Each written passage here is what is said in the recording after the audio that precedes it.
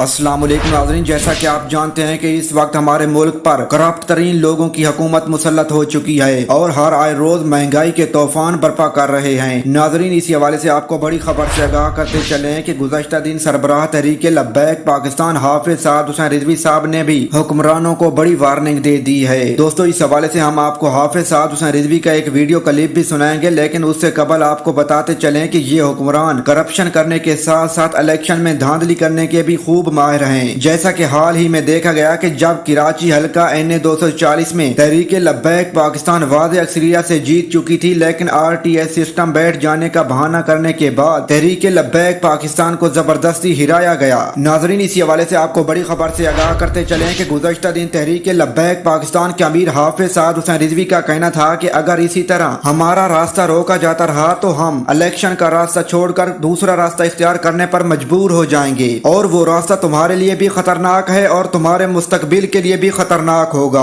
और इसके साथ ही नाजरीन, गुज़श्ता दिन तहरीक लब्बैक पाकिस्तान के मरकज की जानिब से ट्विटर पर महंगाई और करप्शन के खिलाफ नो मोर करप्ट माफिया के नाम से एक ट्विटर ट्रेंड चलाया गया, जिसमें लाखों लोगों की जानिब से ट्वीट्स किए गए। दोस्तों, इस बढ़ती हुई महंगाई के हवाले से सरबराह तहरीक लब्बैक हाफिज साद हुसैन रिजवी का कहना था कि तहरीक लब्बैक पाकिस्तान वालों की सिर्फ एक कॉल देने की जरूरत है। पेट्रोल 200 रुपए लीटर से भी नीचे ना आए तो फिर बात करना। तो मैं क्या महंगाई इंज नहीं रुकनी, सिर्फ लब्बैक वाले एक कॉल देने की देर है। जे पेट्रोल 200 तो भी थले ना आवे तो गल करना। लेकिन असी कह रहे हैं कौम विच असलै लगती तब्दीली दी, कदी जनाब तजर्बाकारां दी, कदी जनाब 40 चोरां दी, कदी जनाब इंपोर्टेड जनाब